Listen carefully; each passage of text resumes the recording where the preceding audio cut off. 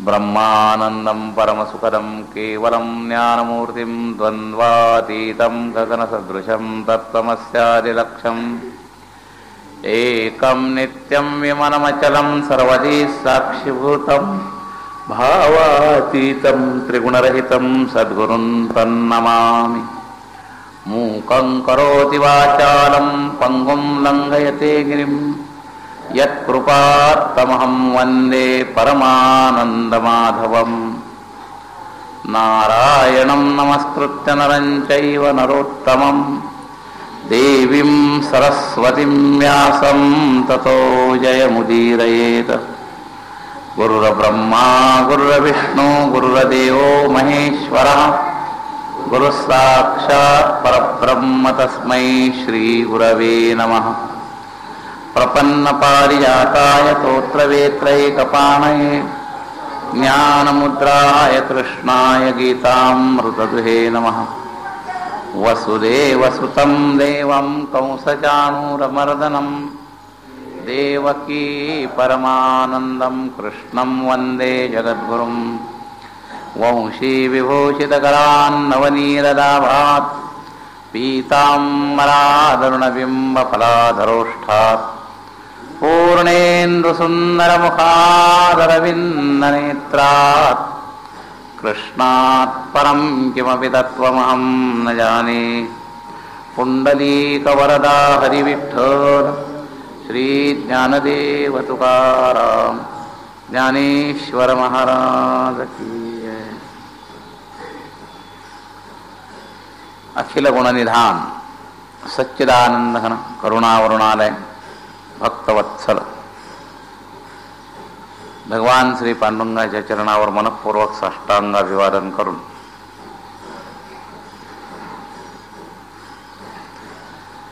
धामनिवासी साधकांच्या बाबतीत सद्भाव प्रकट करून आपल्या प्रबोधनाच्या चिंतनाच्या दृष्टीनं ज्या छोट्याशा ग्रंथाचं चिंतन चालू आहे चिरंजीव पद या नाथांच्या ग्रंथचिंतनाच्या पहिल्या ओवीतून आपण दुसऱ्या ओवीत प्रवेश केलेला आहे। चिरंजीव पद हा शब्द अनेक अंगाने आपल्याला पुन्हा पुन्हा लक्षात घेत पुढचे साधनं पाहिजेत।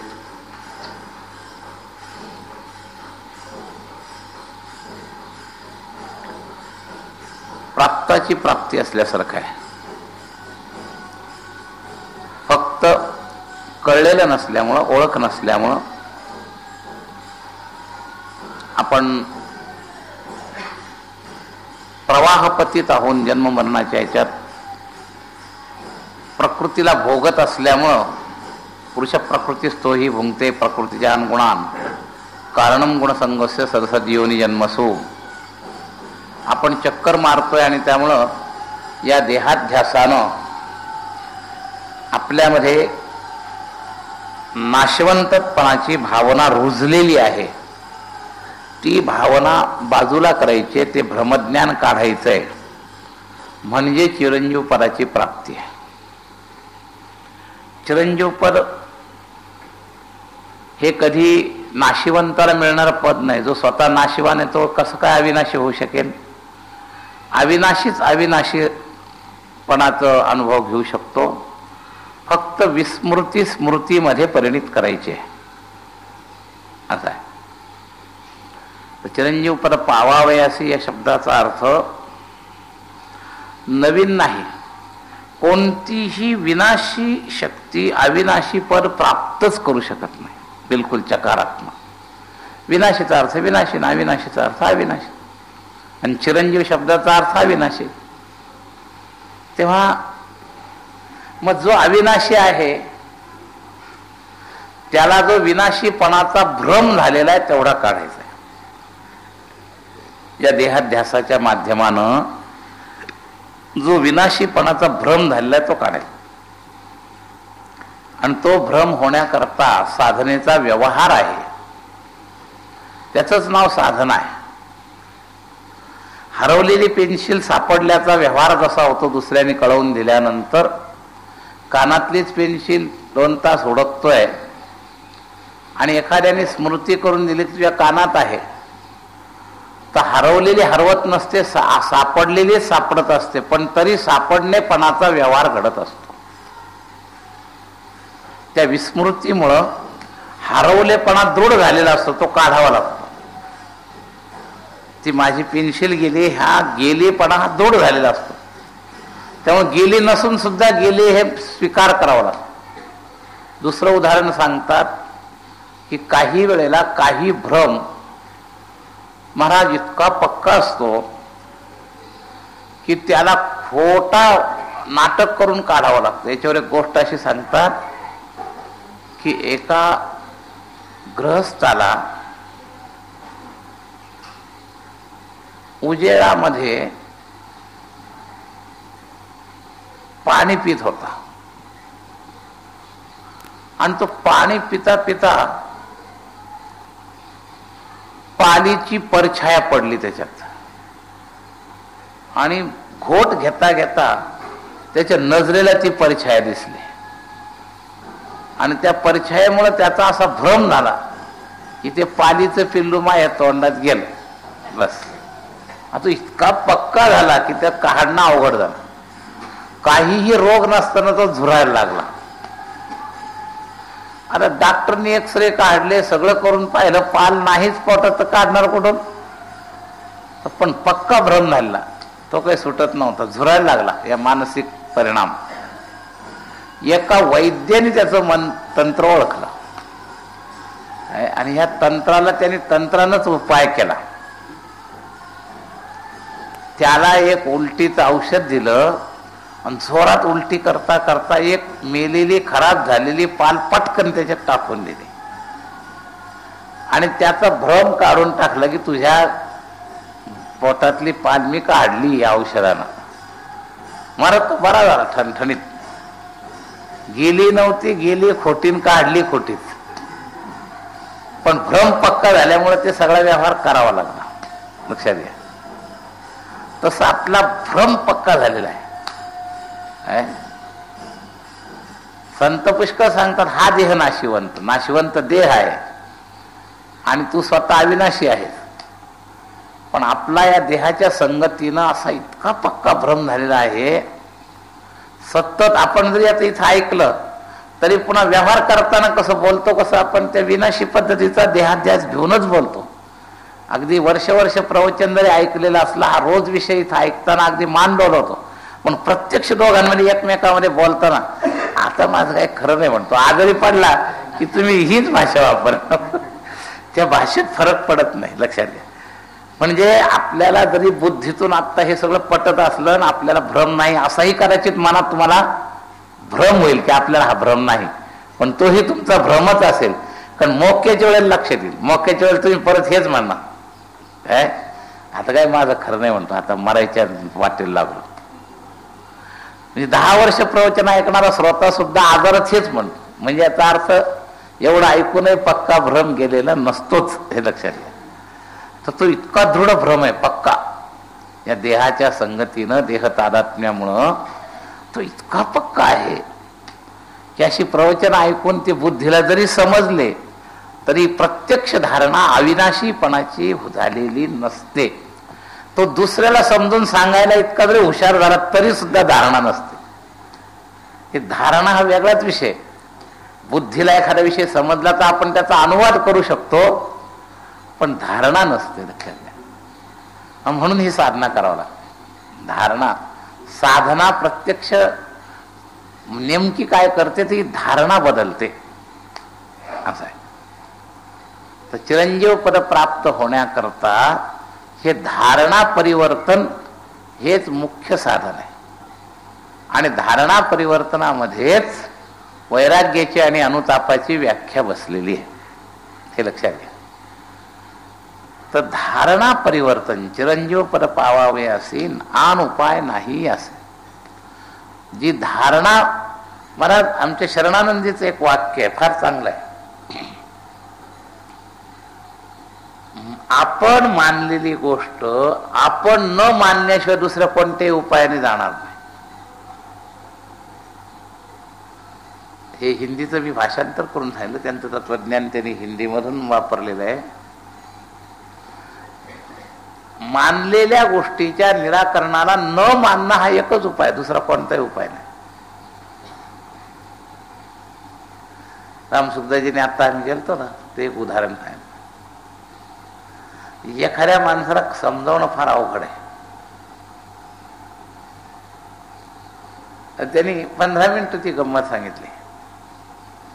एखादा अडाणी माणूस जर 5 विसा म्हणजे 100 जुनं गणित,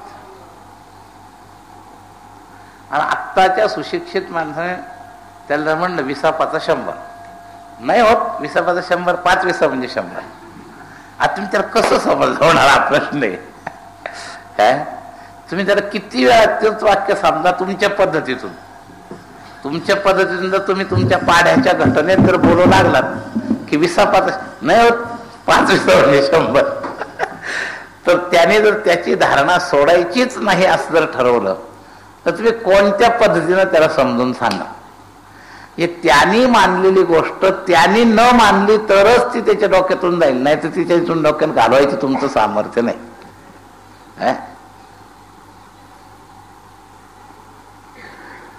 तर जुनी मोजण्याची पद्धत होती ना. तर एखाद्याला जर म्हणला 2 दुणे 4, मी नाही मानत, तर नाही मानत ह्या म्हणण्याला तुम्ही कसं मानवू शकता. अरे हा गणित मी मानत नाही या पालोपादाला तुम्ही काय करू शकता. तर मानणं आणि न मानणं हा जो मुद्दा आहे, मानलेली गोष्ट तुमचं तुम्ही न मानली तरच समाप्त होईल, दुसरं कोणाच्याही समाप्त होणार नाही. तुम्ही मानलेली गोष्ट तुम्ही न मानली तरच संपू शकते, दुसरं काय उपाय सांगा. त्याला शब्दबोध सुद्धा अपूर्ण पडतो. काय विस्तार केला म्हणजे तुम्ही त्याला मानायला लावू शकता, किती विस्तार केला म्हणजे तुम्ही त्याला मानायला लावू शकता. त्याचं त्यांनी न मानायचं ठरवलं तरच फक्त होऊ शकतं, दुसऱ्या कोणत्याही उपायाने होणार नाही, लक्षात घ्या. म्हणून ते ठाकरेच्या अडाणी ठाकरेचं मान्यतेबद्दल आमच्या भागात म्हणायचं, एकदा ठाकरेंनी नहा म्हणलं की नहाच, त्याचं काही तर पुन्हा दुसरा हा म्हणायचं कामच नाही. इतके विचित्र असतात, त्यांना हिशोब समजत नाही. लहानपणी ते मोळ्या घेऊन यायचे आमच्याकडे, लाकडाच्या मोळ्या घेऊन, ठाकर मंडळी जंगलातून, आणि त्यांनी काहीतरी किंमत सांगायची, 5 रुपये 7 रुपये जे असेल ते. मग आता व्यवहारी माणूस कमी जास्त करायला सुरुवातीला प्रयत्न करतो की, तर मग त्यांनी जर म्हणलं 4 रुपये, की तो एकदा नाहा जर म्हणला, त्याच्या भाषेत नाहीला नाहा म्हणला, मग तुम्ही 5 चे 5.5 6 करा, ते नाहा की नाहाच, तो परत तर कधी काय करत नाही. म्हणजे त्याला हाही फरक कळणार नाही की 5 पेक्षा आपल्याला जास्त 6 देऊन राहिलाय ते नाही. एकदा 5 ला नाहा म्हणलं की 4 ला, की मग त्याचं ते नाहा सुटणारच नाही. तर ही जी मान्यतेची दृढता फक्त अडाणी लोकांतच असते असं नाही, ही मान्यतेची दृढता सुशिक्षितांमध्ये सुद्धा असते बरं का. सिद्धांत भेद होतो त्यावेळेला सुद्धा ह्या मान्यतेच्या दृढतेवरच हे सगळं चालतं, लक्षात घ्या. तर हे जे आहे, तर हे पुढं सरकार, तर ही जी मान्यतेची दृढता आहे, ह्या मान्यतेच्या दृढतेचा जो विचार आहे, तर हा न मानल्याशिवाय जाणार नाही. आन उपायाचा वेगळा अर्थाने मी शब्द सांगतोय. चिरंजीव पद पावावयासी आन उपाय नाही, याचा अर्थ काय? तर याचा अर्थ असा आहे की चिरंजीव आणि तुम्ही चिरंजीव आहात, ह्या 2 धारणा करणं हा एकच उपाय, या व्यतिरिक्त दुसऱ्या उपायाने चिरंजीव पद प्राप्त होणार. चिरंजीव पदावर आहातच नाही असं जर समज झालेला असेल, तर तो तुमचं तुम्ही जर काढला नाही तोपर्यंत दुसरा तुमचा तो समज काढू शकणार नाही. आण उपाय नाही असे याचा अर्थ चिरंजीव पदप्राप्ती प्राप्ती जी आहे ती प्राप्ती ही प्राप्ताची प्राप्ती जरी असली तरी मला आता प्राप्त नाही हा जो समज आहे हा काढायला टप्पा काय करावा लागेल तर त्याचा त्यालाच अनुताप घडवा लागेल. अनुताप म्हणजे ही मान्यता बदलावी लागेल. मी चिरंजीव नाही ही मान्यता बदलण्याचा टप्पा आहे अनुताप. अनुतापाचे जे अनेक प्रकार आपल्याला पाहायचे आपण आता चाललोय ते अनुतापाच्या व्याख्येवर, कारण येथे मुख्य पाहिजे अनुताप. हे चरण आपलं आत्ताच चर्चेचं आहे. तर हे अनुताप म्हणजे काय? आपली मान्यता चुकीची आहे असं वाटणं. पण त्या मान्यतेतला फरक मराठी भाषेतल्या बऱ्याच मोठ्या माणसांनी सुद्धा हे दोन शब्द एका अर्थी वापरले. मोठ्या मोठ्याने सुद्धा चिरंजीव पदामधल्या या अनुताप शब्दाचा अर्थ पश्चात्ताप अर्थानच वापरलेला आहे. पण तो अर्थ तसा नाही. पश्चात्ताप जवळचा आहे, अनुताप शब्दाच्या जवळचा आहे. पण पश्चात्ताप हा शब्द अपुरा आहे. स्वतंत्र शब्दाची प्रत्येक रचना ही स्वतःचा एक वेगळा अर्थ घेऊन तयार होत असते. पूर्ण एका अर्थी क्वचित शब्द असतात. तारतम्य भावानं भावार्थानं एका अर्थी शब्द सापडतात, पण अगदी पूर्ण त्यात कुठंतरी थोडासा भेद असतो म्हणून शब्द भेद झालेला असतो. तो काढला तर कळतो. तर पश्चात्ताप जो आहे हा होऊन गेलेल्याबद्दलच असतो, त्याचा एक फिक्स अर्थ आहे. पण अनुताप म्हणजे केवळ मागच्या झालेल्याबद्दलच नव्हे, वर्तमानकालीन चुकीची धारणा सुद्धा अनुताप शब्दात बसू शकते, पश्चात्ताप शब्दात नाही बसू. पश्चात्ताप मध्ये भूतकालाविषयीच आणि अनुताप भूतकालाविषयी पण असू शकतो आणि वर्तमान कालाविषयी पण असू शकतो, ज्याच्यामध्ये काही विशेष भाव आहे. आणि भविष्यकालीन विचाराबद्दलही असू शकतो. तर त्रैकालिक संबंध अनुताप शब्दामध्ये, पण पश्चात्ताप हा शब्द केवळ भूतकाल संबंधी आहे. परंतु चांगल्या चांगल्याने अनुताप शब्दाचा अर्थ फक्त पश्चात्ताप असा करेल. सार्थगाथ्यामध्ये शब्दाचे अर्थ लिहिलेत, त्याच्यात अनुताप शब्द अभंगाचा अर्थ लिहिताना त्याचा अर्थ देताना पश्चात्ताप असंच दिलाय. समानार्थी शब्द देऊन टाकला आणि संपलं. तसं नाही, त्याला एक पर्टिक्युलर काही स्वतंत्र अर्थ असतो.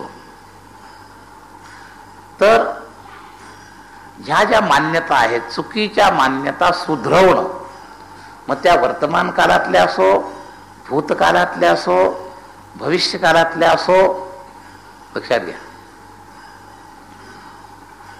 तर या बाबतीमध्ये अनुताप शब्दाची जी व्यापकता आहे ती लक्षात घ्या.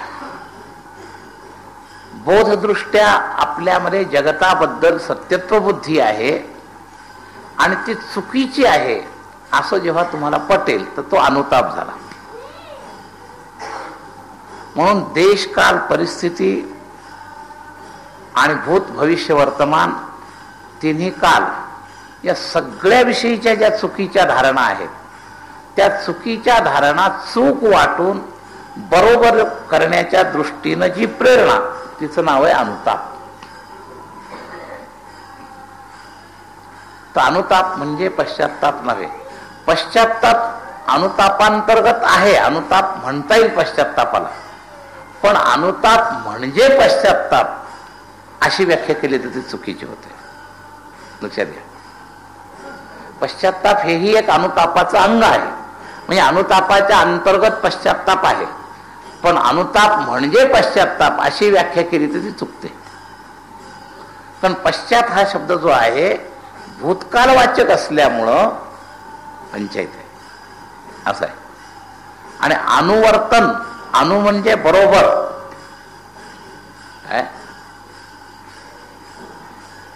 तर हा जो अनुभव, अनु हे उपसर्ग आहे, हा खूप शब्दाला लागलेला आहे, खूप प्रत्येकाच्या, बरं का. तर तपन म्हणजे सहन करणं, तप म्हणजे सहन करणं.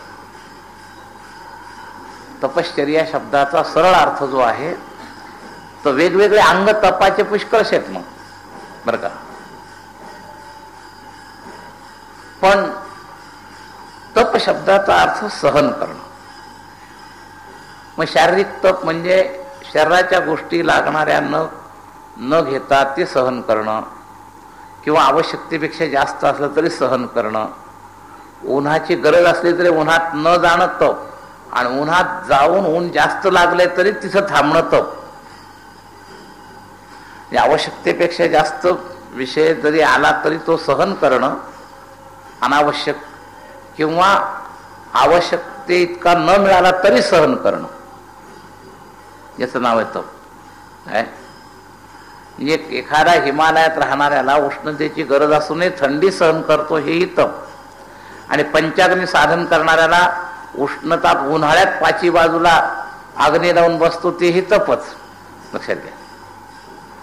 एकाला कमी आवश्यकता असूनही ते सहन केलं, आणि एकाला अजिबात त्याची आवश्यकता असूनही त्याने त्याला न घेता सहन केलं.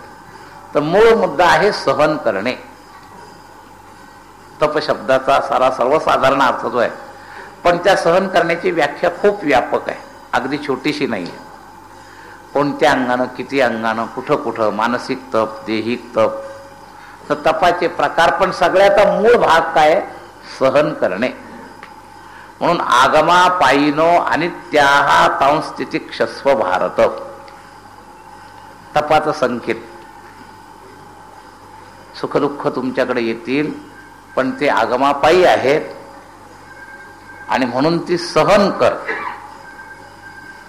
तेव्हा हे जे सहन करणं याचं नाव आहे तप. आणि या सहन करत असताना जी असह्यता होते त्याचं नाव आहे ताप. मला तू किती जास्त ताप देऊ नको, म्हणजे ते सहनशक्तीला असह्य होतं.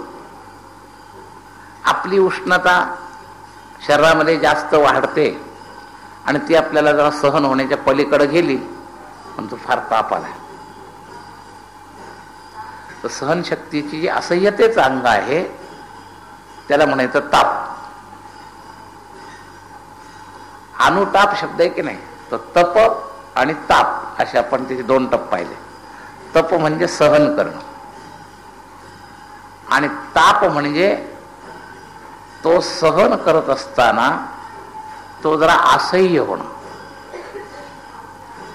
झालेल्या चुकीचा परिणाम मागून असह्य होणं, याचं नाव पश्चात्ताप. मागून ते सहन न होणं, फार चुकलं बा, फार चुकलं बा, काय करावं, फार चुकलं बा, म्हणजे चूक सहन न होऊन नाही राहिली, त्याचं नाव काय झालं? पश्चात्ताप. तर भूतवर्ती जे जे आचरण घडलं भूतकालीन, त्या आचरणाच्या चुकीबद्दल प्रमाणापेक्षा असह्य संवेदना, ही चूक झाली माझी याबद्दलच्या, तर याचं नाव आहे पश्चात्ताप. आणि अनुताप शब्दाचा अर्थ जो आहे, तर हे सहन न होणंच आहे. पण काय सहन न होणं? तर केवळ मागचंच नव्हे, तर वर्तमान काळात मला जे करायला पाहिजे ते मी करत नाहीये, आणि ते माझ्याच्याने होत नाहीये, हा सुद्धा अनुताप. पुढं सुद्धा मी करायला पाहिजे, पण त्याविषयी माझ्यामध्ये प्लॅन होत नाहीये, हाही अनुताप. म्हणजे अनुताप मागं घडलेल्या विषयी असेल, वर्तमानकालीन विषयी असेल, आणि भविष्यकालाविषयी सुद्धा असेल. त्याचप्रमाणे तो लौकिकही असेल, धारणे संबंधी असेल, आणि अलौकिक धारणे संबंधी असेल. म्हणून अनुतापाचे जे स्वरूप आहेत, आता चिरंजीव पदाला कोणता अभिप्रेत आहे, तर ते त्यांनी याच्यात त्या ह्या पुढच्या याच्यात लिहिलेले आहे. लक्षात आलं का? अनुतापाचे सगळेच्या सगळे रूप चिरंजीव पदाच्या साधनेकरता अगदी अनिवार्य अपेक्षित आहेत का? तर नाही, पण अनुताप गरजेचा आहे. मग कोणत्या स्वरूपाचा अनुताप पाहिजे ते पुढे त्यांनी त्याचा विस्तार केलेला आहे. पण अनुताप जो आहे अनेक अंगानं असू शकतो, हे आपण लक्षात घ्या. तर तिन्ही कालामध्ये ज्या गोष्टी नको असं निश्चित झालंय, पण ते कृतीत येत नाही, आणि ती कृतीत न येणं हे जे असह्य झालेलं आहे, ती असह्यता म्हणजे अनुताप. मग ती वर्तमान कालाविषयी असो, भूतकालाविषयी असो, अथवा भविष्यकालाविषयी असो, जगताविषयी असो, अथवा परमात्मा प्राप्त विषयी. म्हणजे जे करायला पाहिजे पण माझ्याच्याने होत नाही, तर ही जी न होण्याबद्दलची जी उत्कंठा आहे, ही उत्कंठा म्हणजे अनुताप आहे. जसं प्राप्तीबद्दलची उत्कंठा याला जिज्ञासा म्हणतात, तसं साधना न होण्याबद्दलची जी उत्कंठा आहे, म्हणजे तीव्र तळमळ सुरू झालेली आहे. ती व्हायला पाहिजे पण होत नाही, व्हायला पाहिजे पण होत नाही. केवळ व्हायला पाहिजे असंच जर असेल तर ती केवळ उत्कंठा होईल, पण होत नाही हा जो त्याच्याबद्दलचा ताप आहे, म्हणून याला अनुताप. मग उत्कंठा आणि अनुताप असे दोन शब्द झाले नसते, त्याच्यात थोडा फरक आहे. व्हायला पाहिजे अशी केवळ एक मार्गी जर जिज्ञासा असली तर त्याला उत्कंठा म्हणायचं, पण व्हायला पाहिजे पण होत नाही, हे जे असह्य वेदना आहे याचं नाव आहे अनुताप. लक्षात आलं? पर्टिक्युलर मुद्दा, व्हायला पाहिजे पण होत नाही याच्याबद्दल जी असह्य वेदना आहे त्याचं नाव आहे अनुताप. काय? आणि ही वेदना वाढली की खरं वैराग्य होतं. म्हणून वैराग्याची पूर्व अवस्था म्हणून याचं वर्णन केलंय. लक्षात घ्या. आपल्याला एखादी गोष्ट बुद्धीत नको वाटते पण ती तीव्र वेग घेत नाही, तोपर्यंत ते अनुताप नाही. आपल्याला काही गोष्टी ऐकून ऐकून आपल्या जीवनात नको वाटतात, पण अनुतापासारख्या नको वाटत नाही, म्हणजे असह्य होत नाही. त्याचा तो नकोपणा असह्य होणं याचं नाव अनुताप. तर जगताविषयी सत्यत्व बुद्धी नकोय पण दृढ होत नाही, आणि हे असह्य झालं की याचं नाव अनुताप. प्रवचनात पटत नाही का? पटतं बुद्धीला. जगत सत्य नाही हे प्रवचनातून, ग्रंथ वाचनातून, सतत परमार्थाच्या चिंतनातून पटतंय, पण असह्य नाही झालेलं. म्हणून तर आमची जी व्याख्या आहे ना, माझी मुमुक्षूची व्याख्येच्या बाबतीत जो मी थोडासा विस्तार सांगत असतो की मुक्तीची इच्छा असणं म्हणजे मुमुक्षुता नव्हे. सर्वसाधारण व्याख्या करताना एवढीच बऱ्याच ठिकाणी केली जाते की मुक्तीची इच्छा म्हणजे मुमुक्षु, पण ती असह्यतेपर्यंत जेव्हा जाते तेव्हा खरा तो मुमुक्ष. बद्धता ज्याला सहन होत नाही तो मुमुक्ष. एका बाजूला मुक्तीची वरवर इच्छा आहे, बद्धता सहन होते, हे काही खास मुमुक्षुचं लक्षण नाही. ज्याला बद्धता असह्य झाली, तसं हे असह्य होणं म्हणजे ताप. उष्णता असह्य झाली म्हणजे आपण म्हणतो आपल्याला ताप आला. आपल्या शरीराच्या नॉर्मल उष्णतेपेक्षा जी जास्त उष्णता आहे, आणि ती उष्णता जेव्हा आपल्याला असह्य होते, वाफा निघतो, तो आज फार ताप आहे आपल्याला. म्हणजे ती उष्णता असह्य झाली की त्याला म्हणायचं ताप आला. तसं आवश्यक धारणा होत नाही याच्याबद्दलची असह्यता आहे, याचं नाव आहे अनुताप. ती धारणा असायला पाहिजे असं नुसतं बुद्धीला समजणं म्हणजे अनुताप नव्हे. काय?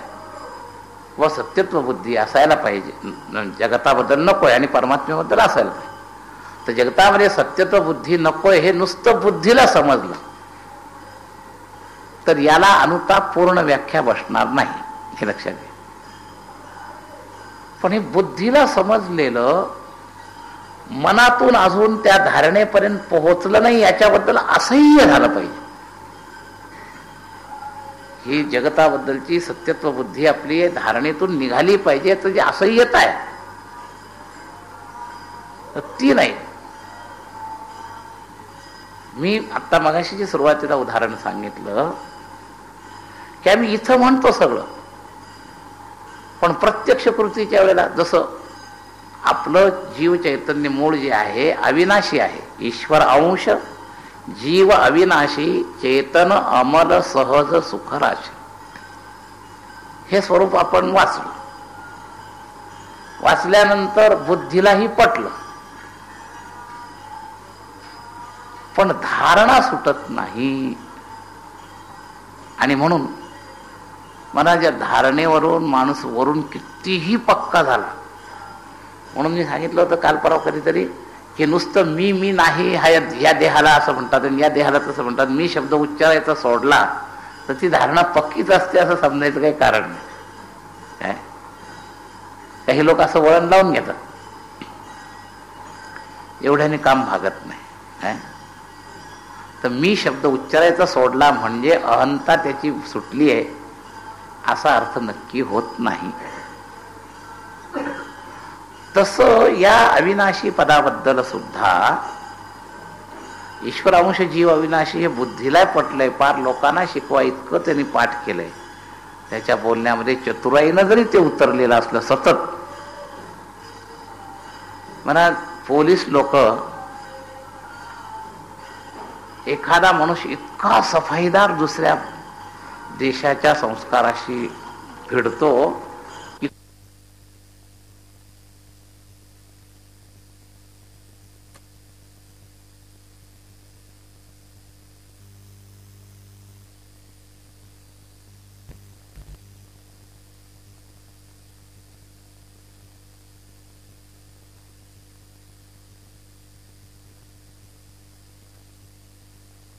किती हिंदी साफ बोलू द्या, लोकांना ओळखू नाही इतकं सुंदर हिंदी असू द्या, पण तो जर भयामध्ये अचानकपणे अखंड गार झोपेतून त्याच्यावर जर प्रसंग आला तर तो हिंदीतला मैया म्हणणारच नाही, तो आईगच म्हणणार. हे लक्षात घ्या. हे तो ओरिजिनल संस्कार जो आहे ना तो सुटत नाही, हे लक्षात घ्या. तसं महाराज ही धारणा बदलली असं समजायला लक्षण.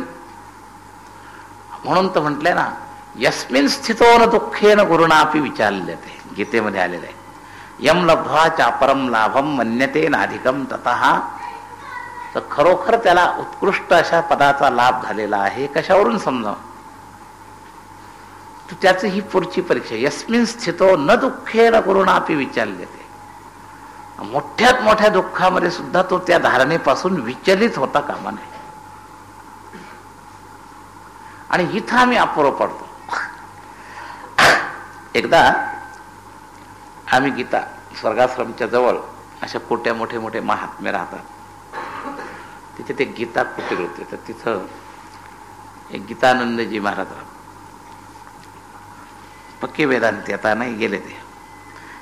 वर्तमान असते तर नाव सांगितलं नसतं, कारण वर्तमान उदाहरण करी शक्यतो नाव सांगून नये असं आहे. तर पक्के वेदांती. आता आम्ही महाराजांच्याकडे जायचो, जाता येता त्यांच्या परिचय.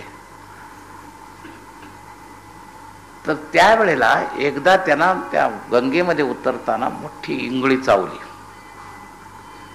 आणि खूप हाय हाय हाय हाय शरीर वेदना. तर त्यांच्याशी मित्रत्वाचा संबंध असणारा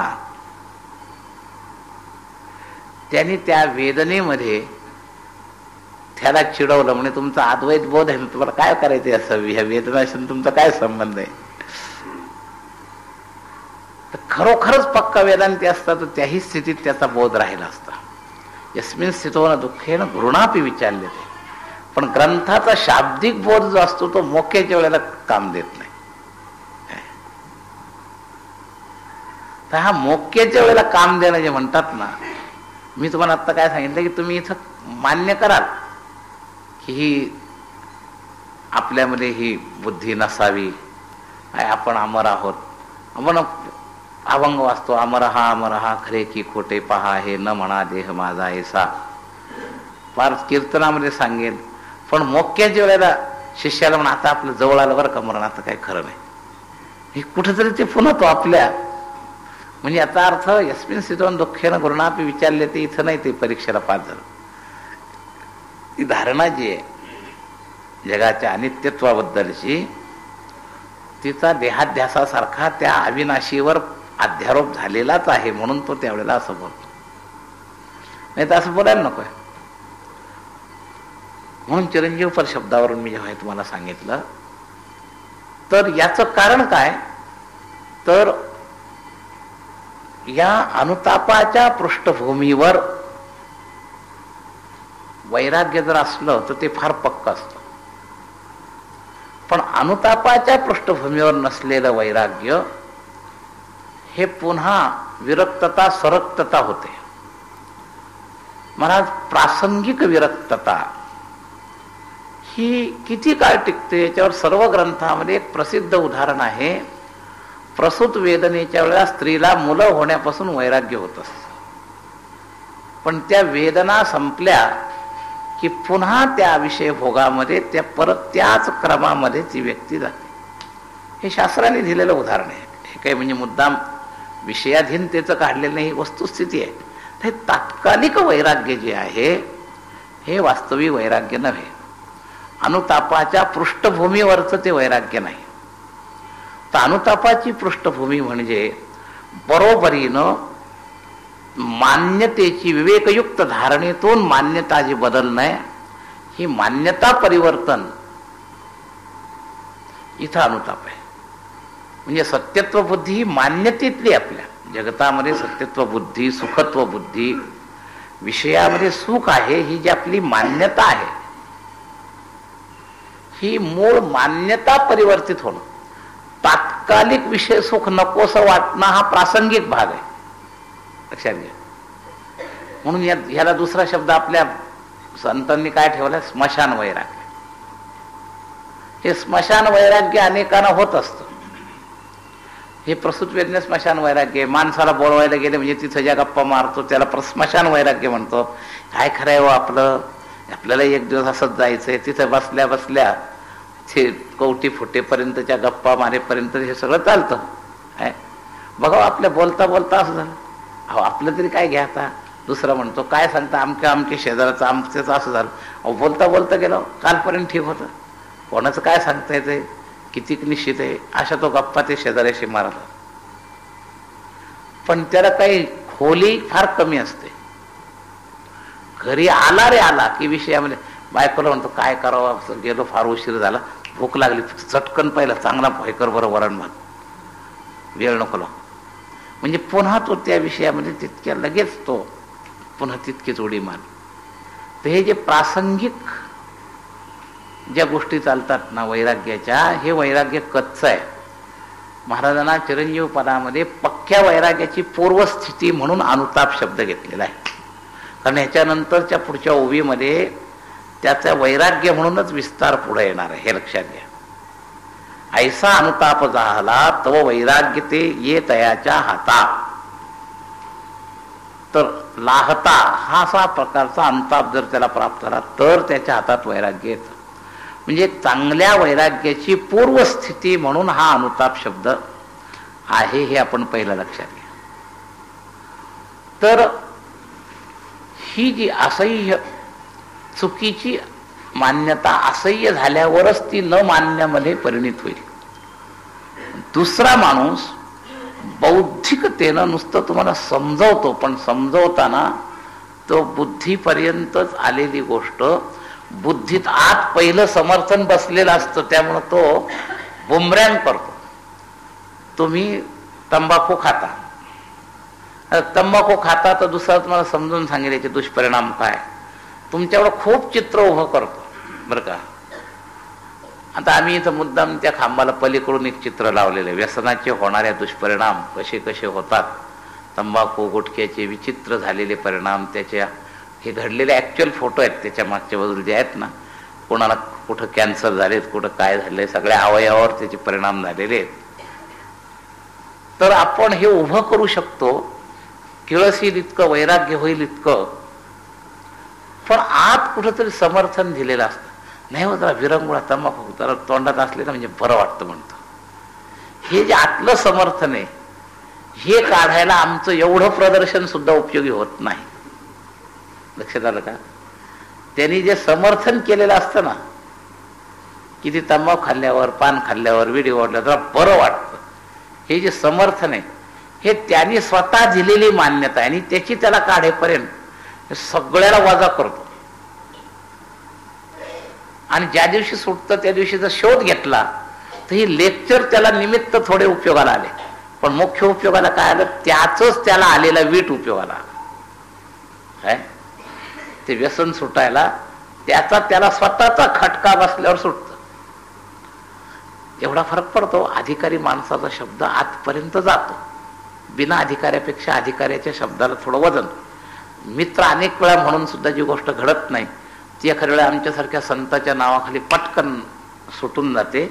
त्या अधिकारी शब्दाचा एक सखोल परिणाम म्हणून त्याचा थोडं जास्त उपयोग होतो. पण शेवटी आत कुठंतरी ती स्वीकृती स्वतःची स्वतःलाच व्हावी लागते. म्हणजे निदान हा मोठा माणूस आहे आणि याचा शब्द पार पाडणं सुद्धा आपल्या जीवनाच्या दृष्टीने चुकीचं आहे अशा अर्थानं का होईना, पण आत स्वतःलाच त्याची स्वीकृती करून घ्यावं लागतं. माझ्या शब्दाचा खोल परिणाम व्हायला कारण काय, तर या माझ्याविषयी तरी श्रद्धेत मान्यता आहे का नाही दुसऱ्या बाजूला, त्या व्यसनाविषयी जरी आतून समर्थन असलं तरी महाराज म्हणले तर आपण जर नाही सोडलं तर आपल्याला काहीतरी शाप लागल अशी जरी एखाद्याला मान्यता असली तरी ते धाका भीतीनं का होईना सोड. पण शेवटी स्वीकृती कुठेतरी स्वतःचीच असते की नाही.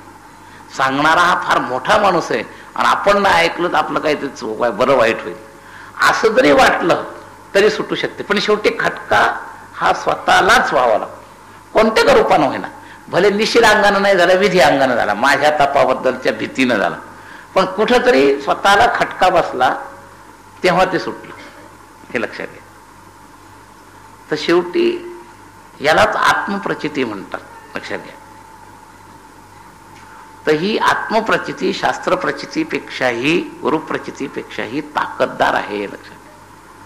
आणि अनुताप हा विषय हा प्रेस करणारा नाही, दुसऱ्याने तुमच्यावर टाकणार नाही, तुमचा तुम्हाला होणं. अनुताप जो आहे ना स्वतःचा स्वतःला होणं, हे लक्षात घ्या. अनुताप करवला जात नाही. महाराज प्रतापामध्ये सुद्धा थोडं शिकवता येतं. प्रताप करत असताना लढायचं तुमचं तुम्हाला असतं, पण बऱ्याच अर्थानं संकेत करता येतो. अनुतापामध्ये फार संकेताचा उपयोग प्रतापापेक्षा कमी आहे. पश्चात्तापामध्ये सुद्धा तुमचं स्वतःचाच परिणाम येतो. अनुताप आणि पश्चात्ताप हे स्वतःचे स्वतःवर करून घेतलेले परिणाम आहेत, हे लक्षात ठेवा. आजच्या याच्यातला एक महत्वाचा मुद्दा हा लक्षात ठेवा. अनुतापाची जशी मी पहिली काही एक व्याख्या केली तसा हा दुसरा मुद्दा लक्षात घ्या. अनुताप करवला जात नाही, अनुताप ज्याचा त्याला व्हावा लागतो असं आहे. पश्चात्ताप सुद्धा ज्याचा त्यालाच व्हावा लागतो. थोडं प्रतापाला ट्रेनिंग देता येतं. दुसऱ्याच्या विजयाबद्दल जो प्रकर्षेण ताप जो आहे, दुसऱ्याला ताप देणं, परंतप शब्दातून प्रताप शब्दाचं आहे, तर त्याला तरी थोडा फोर्स उपयोगाला येतो.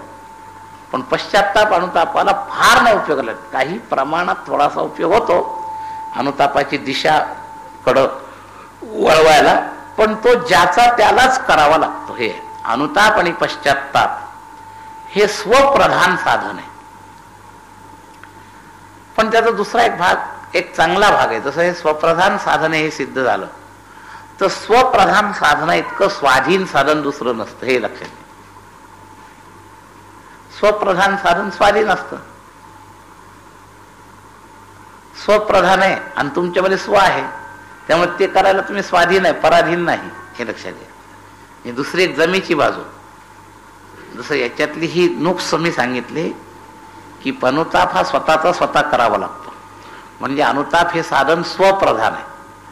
ते स्वप्रधान ही त्याची एका अर्थानं आपण कमी मानतो, काय व दुसऱ्याचा उपयोग ह्याला होणार नाही. म्हणजे आपल्याला ही याची कमीपण आहे, नाही, ही याची एका अंगानं विशिष्टता आहे. कोणत्या अंगानं, की या स्वप्रधान साधनात कोणी पराधीन नाही. जे सामुग्री प्रधान साधन असतं त्याच्यात पराधीनता येऊ शकते. ती सामुग्री आमच्याजवळ नसेल तर, एखादा नकाशा काढायचा आणि त्याला लागणारं साहित्य नसेल तर, ही पराधीनता आहे. जो सामुग्री प्रधान साधन पराधीन आहे, परिस्थिती प्रधान साधन पराधीन आहे, देश प्रधान साधन पराधीन आहे, कालप्रधान साधन पराधीन आहे. पण स्वप्रधान साधन सगळ्यात स्वाधीन आहे. आणि अनुताप आणि पश्चात्ताप हे स्वप्रधान आहे. देश काल परिस्थिती प्रधान नाही, सामुग्री प्रधान नाही. स्वप्रधान आहे. पण स्वप्रधान असल्यामुळे त्याच्यात एक वैशिष्ट्य पैदा झालं. स्वप्रधान असल्यामुळे ते साधन स्वाधीन आहे, म्हणजे कोणी करू शकत. मला पश्चाताप करता येणार नाही हे म्हणणं जे आहे, हे पश्चाताप शब्दाची व्याख्या न करणाराच असं म्हणू शकतो. पण स्वप्रधान असतो पश्चाताप, हे जर लक्षात आलं तर मी करू शकत नाही असं तो म्हणूच शकत नाही. म्हणजे अनुताप आणि पश्चाताप हे स्वप्रधान असल्यामुळं स्वाधीन साधन आहे. हा एक अत्यंत महत्वाचा आजच्या चिंतनातला पॉइंट लक्षात ठेवा. कारण अनुपाय नाही असं म्हटलं, मग जो आहे एक तो जर पराधीन असला तर अनुपाय नाहीच म्हणणं किती आंतरित पडेल. पण नाथ महाराज जो तुम्हाला उपाय सांगणार आहे तो पराधीन नाही, कारण स्वप्रधान आहे म्हणून तो स्वाधीन आहे. आन नसला तरी हरकत नाही, एकच आहे ना, पण आम्ही करू शकतो कारण तो स्वाधीन आहे. एखाद्याला सांगितलं की आमची गोष्ट आमच्या पैशाशिवाय होऊ शकत नाही, मग इतके पैसे प्रत्येकाजवळ असतीलच असं नाही, म्हणजे सगळ्या करता ते साधन स्वाधीन नाही. मग त्यातलं जर सांगितलं आन उपाय नाही असे आणि तेवढे माझ्याजवळ नाही, म्हणजे मी ते साध्य करायला असमर्थ सिद्ध झालं. तसं चिरंजीव पद पावायचं जे साधन आहे ते जर पराधीन असतं तर काहींच्या बाबतीमध्ये अडचण आली असते. पण तसं नाही, त्याचं साधन सांगताना स्वाधीन सांगितलंय. आन उपाय नाही बरोबर आहे, पण जो आहे तो सगळ्यांना करणं शक्य आहे, हा महत्वाचा मुद्दा आहे. जो आहे तो काही ना करता येणार दोघा असताना काही ना करता येणार दोघा नसता तर या आन उपाय नाहीची किंमत कमी झाली असती. म्हणजे सर्वांना प्राप्त हे पद सिद्ध झालं नसतं पराधीनतेमुळे, उपायाच्या पराधीनतेमुळे. पण उपायामध्ये पराधीनता नाही, पूर्ण स्वाधीनता आहे, हे लक्षात घ्या. तर स्वप्रधान आहे म्हणून अनुताप अजून काय काय आहे हा भाग वेगळा. आता आज अनुतापाचा एक मुद्दा आपण लक्षात घ्यायचा आहे की अनुताप हा स्वप्रधान आहे आणि अनुताप हा पश्चात्तापापेक्षा व्यापक आहे. आणि ताप शब्दाचा अर्थ असह्य होणं असा आहे. तप म्हणजे सहन करणं आणि ताप म्हणजे असह्य होणं. काय तर जे असह्य होतं त्याचं म्हणतात ताप. फार ताप आला व्हायचा, याबद्दल आपल्याला या गोष्टीचा फार वीट आल्यासारखं आहे. तर वीट येणं हे सुद्धा तापाचंच लक्षण आहे. तर असह्यतेमध्ये ताप शब्द वापरला जातो. आणि आता अनु म्हणजे बरोबर, अनुवर्तन, अनुकरण. अनु हे उपसर्ग जो आहे तर त्याच्या मागं चालणे. तर धारणेबद्दल असह्यता हा अनुताप शब्दाचा. आणि या धारणा अनेक प्रकारच्या आहेत, एका प्रकारची नाही ही धारणा, हे लक्षात घ्या. तर जशी धारणा पाहिजे तशी झालेली नाही, असह्यता आहे.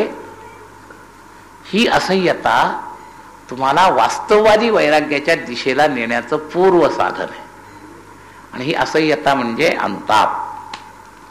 आणि हा पश्चात्तापापेक्षा व्यापक शब्द आहे. आजच्या याच्यात दोनच महत्वाच्या गोष्टी शिकलो आपण. तर अनुताप पश्चात्तापापेक्षा व्यापक आहे, तो भूत भविष्यकालीन आहे, तिन्ही विषयी असू शकतो. आणि अनुताप हा स्वप्रधान आहे आणि म्हणून अनुताप हे साधन स्वाधीन आहे. तर अनुताप शब्दाविषयीचा हा एवढा मुद्दा. मग आता त्या धारणेतली अजून आपण विस्ताराकडे जाणार. इथं जी अपेक्षा आहे या धारणेचा अपेक्षा इथं सुद्धा सांगितलेली आहे, लक्षात घ्या. काय म्हणून इथलच्या व्याख्येच्या दिशेनं आपल्याला जायचं आहे. तर ती जी मुख्य धारणा आहे त्या मुख्य धारणेचा थोडी चर्चा आपण आज सुरूच केलेली आहे.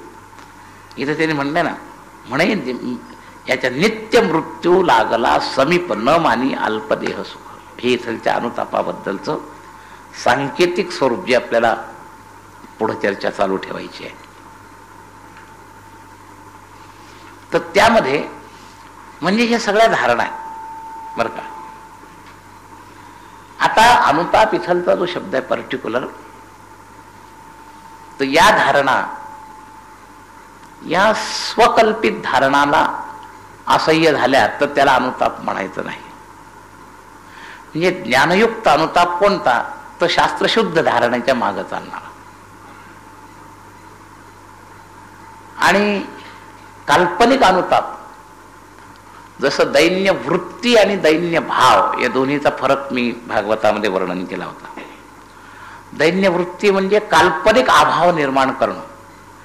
रावणाला अनंत स्त्रिया होत्या, सुंदर होत्या, पण सीता माझ्याजवळ पाहिजे आणि सीता मला पाहिजे ही जी अपेक्षा आहे ही काल्पनिक अभाव निर्माण केलेली आहे.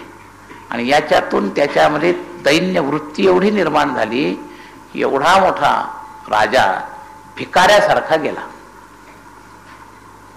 ती भिकारीपणाची जी दैन्य वृत्ती आहे, दैन्य वृत्ती वेगळी आणि दैन्य भाव वेगळा, त्या दोन्हीमध्ये जसं अंतर आहे हे कळलं तर फार लाभ आहे. काही लोक ज्ञानमार्गी दोन्हीचा अर्थ एक कळतात आणि हात जोडून प्रार्थना करणारा कोणी भक्त पाहिला, आपल्याला हे दैन्य पटत नाही म्हणतो. अरे ती दैन्य वृत्ती आणि दैन्य भाव यामध्ये फरक आहे. दैन्य भाव ही फार मोठी साधना आहे आणि दैन्य वृत्ती हा दोष आहे, हे लक्षात घ्या. तसं अनुताप जे आहे या धारणेचं मीटर कोणतं,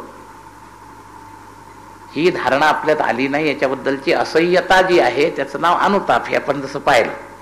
पण ही धारणेचं निश्चित स्वरूप असलेलाच हा अनुताप शब्दाचा अर्थ आहे. मनाने मनमाने धारणा असह्य झाली तर त्याला काही अनुताप म्हणायचा नाही. तर ते अविवेक आहे, चंचलता आहे, तर ते वेगळं. ती चिंता त्याच्यातून निर्माण होऊ शकते. अनुताप वैराग्याकडे जातो आणि ही काल्पनिक धारणेची असह्यता चिंतेकडे जाते. लक्षात घ्या, शब्द लक्षात घ्या दोन्ही.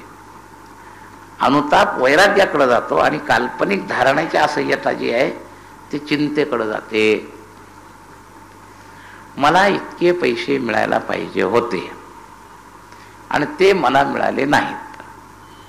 धारणा केली होती मिळायला पाहिजे होते आणि मिळाले नाहीत, आणि ते मिळाले नाही याच्याबद्दल असह्य दुःख झालं. मग तो दिसायला दोन्ही दिसती सारखी सारखी अनुताप सारखा झाला. पण शास्त्र शुद्ध आहे का? नाही. हा कल्पनेच्या दिशेचा अनुताप आहे आणि हा चिंतेत परिणित होणार असतो, हा वैराग्यात परिणित होत नाही कधीही. लक्षात घ्या.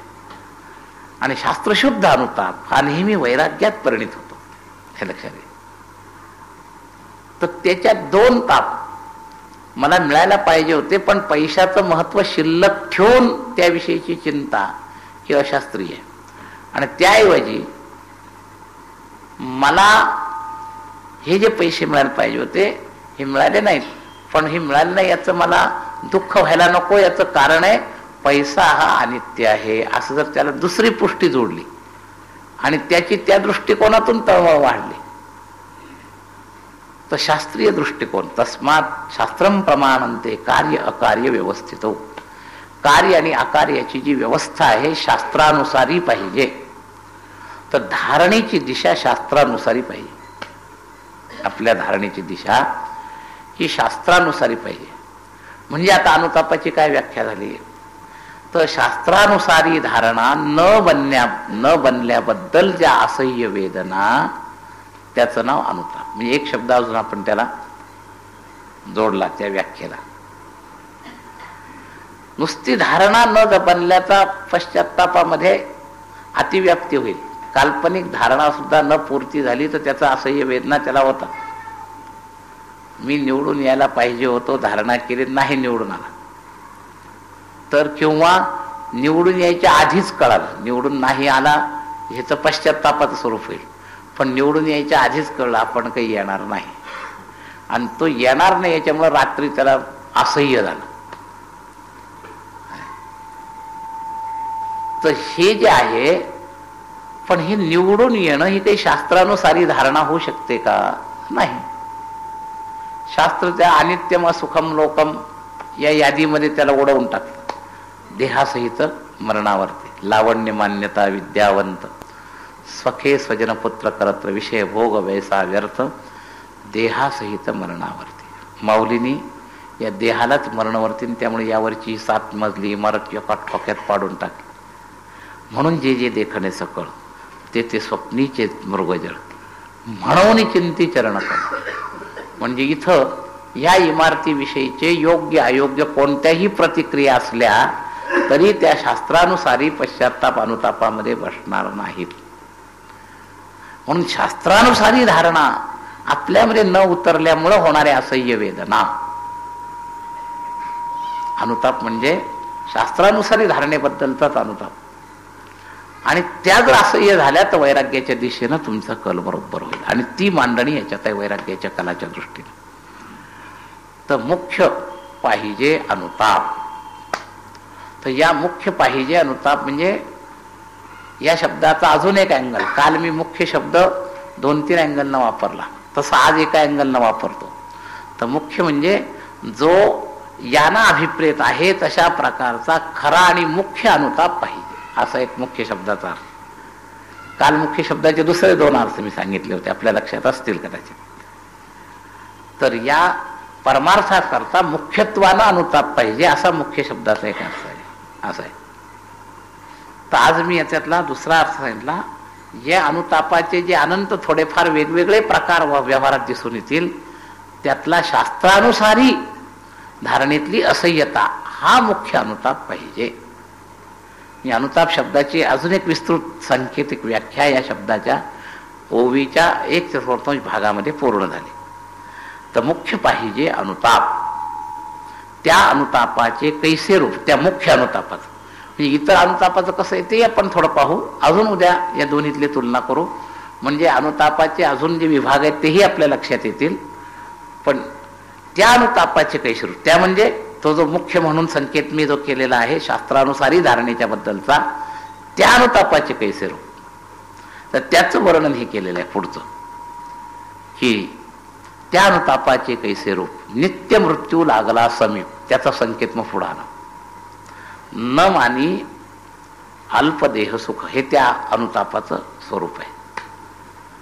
तर आता त्या अनुतापाचे कैसे रूप या संकेतामध्ये आपल्याला मुख्य अनुतापाला अजून एकदा थोडं परत संस्कारित उद्याला करायचंय थोडस.